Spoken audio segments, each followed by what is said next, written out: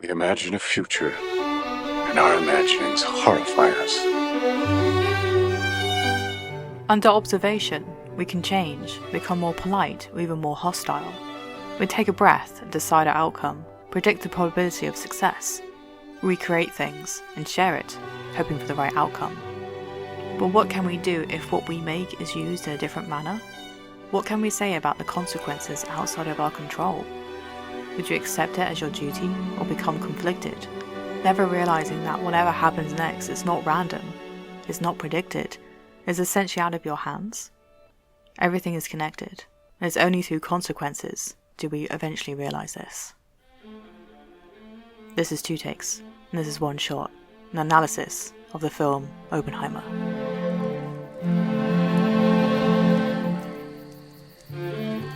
We somewhat know the story of Prometheus, the Greek titan that was best known for defying the Olympian gods by stealing fire and giving it to humanity in the form of technology, knowledge, and more generally civilization. He was punished by Zeus by being chained to a rock, and every day an eagle came and ate part of his liver, and every night his liver would regrow, which meant Prometheus had to endure his punishment for eternity. But why do I bring this up? Because Oppenheimer himself has been called the American Prometheus, which in itself creates a connection between this mythological god and a man who created a bomb and then gave it to the government. There is more, and it's here that my interest is piqued. Now, think about the aftermath of both stories. They both had unintended consequences. Prometheus thought that by bringing humanity a useful tool, it would make their lives better. This was the same for Oppenheimer. Perhaps by building something as a somewhat statement, it would encourage no outcome of violence, but both powerful technologies must be used responsibly. And by both Prometheus and Oppenheimer's hand, creating something and giving it to someone else, the outcome is never what the creator intended. Things can become warped, or used for different means, and this is what happened in both scenarios. By giving fire to humans, by giving a bomb to the government, it also meant giving that person or people a moral choice, to use the tool for good or evil, and it was here, from giving that power to someone else, it was out of the creator's hands. Basing it from the film, it can be understood that Oppenheimer made the bomb to be used as a scare tactic, and nothing more. Its intention was for other countries to understand the importance of such power and to essentially back down. It was to put a stop to a war. But by the time it was used, the enemy was someone else, and the destruction that followed killed thousands, marked the landscape, and brought about a sense of foreboding, with many countries understanding that this technology is not to be messed around with.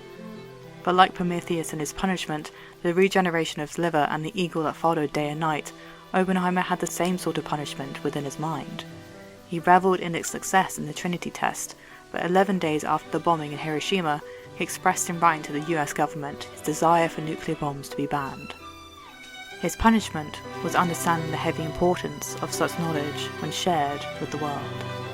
And like the story of Prometheus that is used as this example, there are more examples that come to mind based on what Oppenheimer researched in the realms of religion and science. Stories from the past and theories of the future can sometimes intermingle to present the same conclusion, the same moral, and the same connection.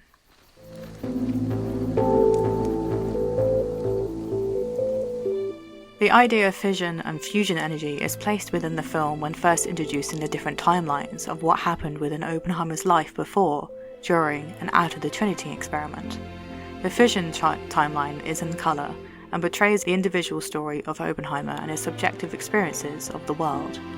This is more from the source, and fission energy, the splitting of a heavy, unstable nucleus into 2 lighter nuclei, can represent his viewpoint and how it can be split because of other people's accounts on his actions. The splitting of an atomic nucleus in this scenario can also represent the splitting of ideas, of thoughts, separating everything when really Oppenheimer knew in a small, strange way that things are connected, even through the ramifications of it. But let's not get too ahead of ourselves. Let me explain the connection that Oppenheimer has between his life's work and his beliefs. Now I am become death, the destroyer of worlds. From a young age, the influence of the Hindu philosophy, the Bhagavad Gita, has had a powerful influence on Oppenheimer, to the point where its teachings have helped him find a way to make sense of his actions. This 700-verse Hindu scripture, written in Sanskrit, centers around a dialogue between a great warrior prince named Arjuna and his charioteer, Lord Krishna, an incarnation of Vishnu. Like what was briefly talked about in my episode exploring the film Chronicle, Vishnu is the second god of the Hindu triumvirate, consisting of 3 gods, that are all responsible for the creation, upkeep, and destruction of the world. In this aspect, Vishnu is the god of preservation, the restorer of the balance of good and evil on the human plane. In this scripture, Vishnu convinces Prince Arjuna that he must go to war, something he refuses to do because it would involve killing his own relatives and friends. Dr. Stephen Thompson, a Sanskrit scholar who was taught the Bhagavad Gita, explains further. Arjuna is a soldier. He has a duty to fight. Krishna, not Arjuna, will determine who lives and who dies, and Arjuna should neither mourn nor rejoice what fate has in store, but should be sublimely unattached to such results. The faith argument in the Gita is really that death is an illusion, that we're not born and we don't die. That's the philosophy, really. That there's one consciousness and that the whole of creation is a wonderful play. In verse 32, Krishna says the famous line, "Now I am become death, the destroyer of worlds." In it, death literally translates as world-destroying time, and with the idea that in Hinduism has a non-linear concept of time, its meaning is simple. Irrespective of what Arjuna does, everything is in the hands of the divine, and this is the same for Oppenheimer. In this philosophy, everything is connected, and whatever we do is just an action in the great course of events. There is this fateful knowledge of knowing that everything is connected, a great quest of realization for some, if you will. As it can be presented in religion, there is also a search or a quest of sorts to connect everything together in science. The theory of everything is one such example that leaves physicists still scratching their heads. In the past few centuries, the 2 closest theoretical frameworks that resemble the theory of everything rest on general relativity and quantum mechanics. General relativity focuses on gravity and understanding the universe in regions of both large and high mass, such as planets, galaxies, etc. Quantum mechanics only focuses on non-gravitational forces in regions of both very small scale and low mass, such as subatomic particles, atoms, molecules, etc. Both theoretical frameworks have been repeatedly validated in their own respective fields of study. However, placing them together have considered them incompatible in the regions of extremely small scale, the Planck scale, which exists within a black hole or during the beginning stages of the universe, right after the Big Bang. There is research to resolve this, leading to the framework that reveals a deeper underlying reality that harmoniously integrates the realms of general relativity and quantum mechanics into a seamless whole. This theory, the theory of everything, would be capable of describing all physical phenomena in this universe, and hence another great quest for realization and faithful knowledge of connectivity, whether through science or spirituality. There are overlapping ideas and concepts that lead to the same path. But like fission energy can be separated to create new theories and thoughts that link back to the source, there is an aspect of fusion energy, which also is featured in the film to represent a different, objective viewpoint.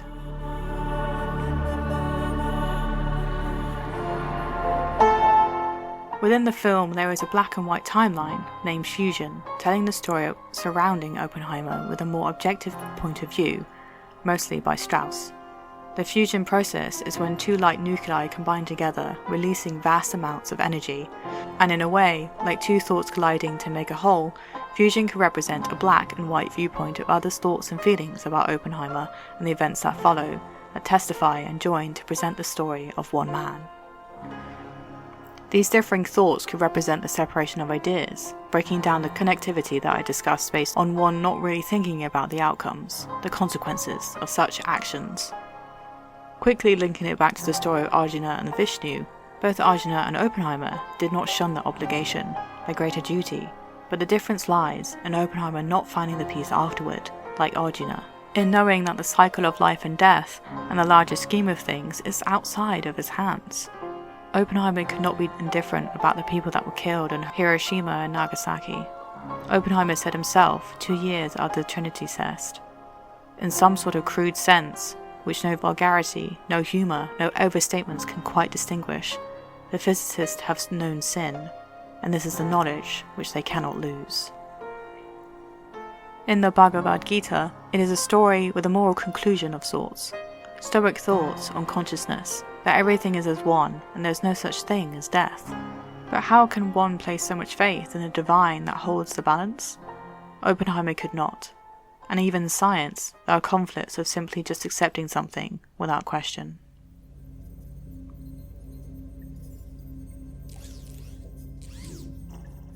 Let's explain these conflicts with the use of Einstein's experiment.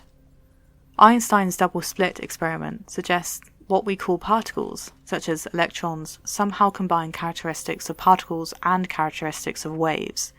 That's the famous wave-particle duality of quantum mechanics. This conclusion emerges as a response to how the experiment was set up. If we have light passing through narrow slits, it will diffract like a wave. If it collides with electrons, it will scatter like a particle. So in a way, it is our experiment, the question we are asking, that determines the physical nature of light. It's the observer's interaction with the observed. And we all know that when something or someone is observed, they act or react differently to when they are not being observed. Like people in their jobs, in conversations, in their everyday lives, this is the same in the realm of quantum mechanics. The behaviours of particles and waves, combining them, or being neither, is based on the experimental circumstances. We might be welcoming, indifferent, or cautious based on circumstances outside of oneself, based on the powers of observation, and this can be said for Oppenheimer's time being observed with the hearing that questions his loyalty to the United States government. He acted differently, especially when his clearance was denied. He was never the same again. God doesn't play dice with the world, a quote that eclipses a metaphorical God, and Einstein's reflections that physics must prove deterministic, not random, and observer-free descriptions of reality, that the universe is governed by probability, how likely something is going to happen. Einstein's double-slit experiment led him to believe that quantum mechanics was not complete based on the experiments that led to it to record randomness as a fundamental feature of any theory. And now with the understanding that particles can react differently under different conditions, being observed or not, led to whether or not nature, let's say an assemblage of particles, is real even when it's not being observed. There's a reason things react in certain ways in certain conditions, and it is here we can question even our own reality. Every chance, every consequence has a probability of coming true. There are so many variables related to the end result, and it's the same here with Oppenheimer. Whilst building the bomb, the constant meetings, arguments, and discussions related to how and when of the building blocks of the bomb. And then, when he built the bomb, and even after when it was dropped, Oppenheimer could not predict the outcome it would have on the world. Even to this day, he says he does not regret it, but it's the aftermath, the consequence, and not even his own, remember, that leads to him saying he has blood on his hands, even though he was not the one that pulled the trigger. Like in quantum mechanics with the randomness and deterministic outcomes, it is the same in this life. Oppenheimer might have made a bomb, gave us a creation that can easily destroy us, much like Prometheus with fire, but it's up to us, and what we choose to do with it that creates the next reaction, the next reality.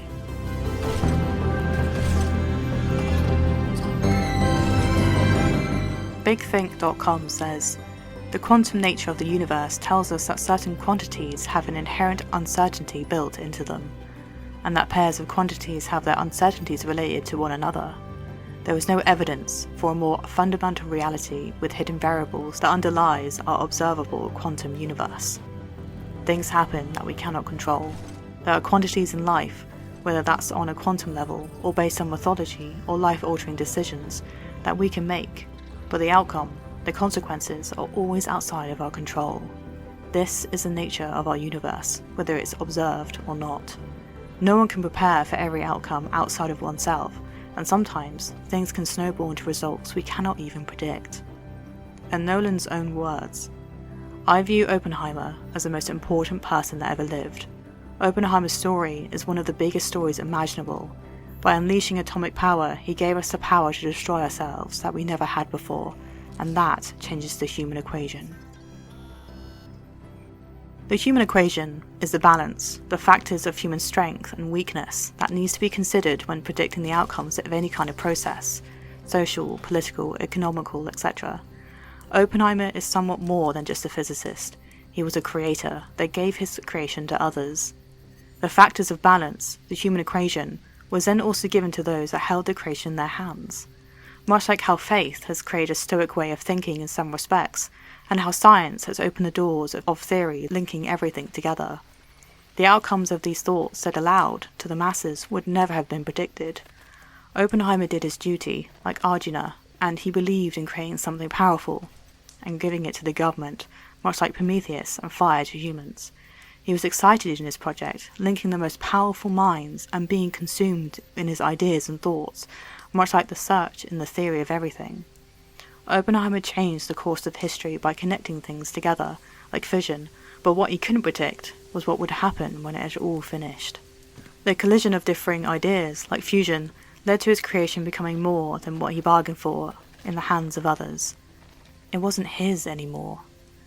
Like Alan Cerny from VitalThrills.com says, Oppenheimer is about men who cannot see the future because they must make their marks on the present, and often the film is so breakneck paced that our attention is not allowed to think of the ramifications of what is happening, that is, until it happens and we are forced to live in the fallout. What are your thoughts on what was discussed in this episode? Comment and let me know to open up a conversation. Like and subscribe for more content of this nature, and come talk to me on Twitter or Instagram. Better yet, support the show on my Patreon to help a creator such as myself with learning on the go. Each like, each comment, each subscriber fuels the motivation I need to make better and better content for yours truly. Come say hi, and thanks for watching.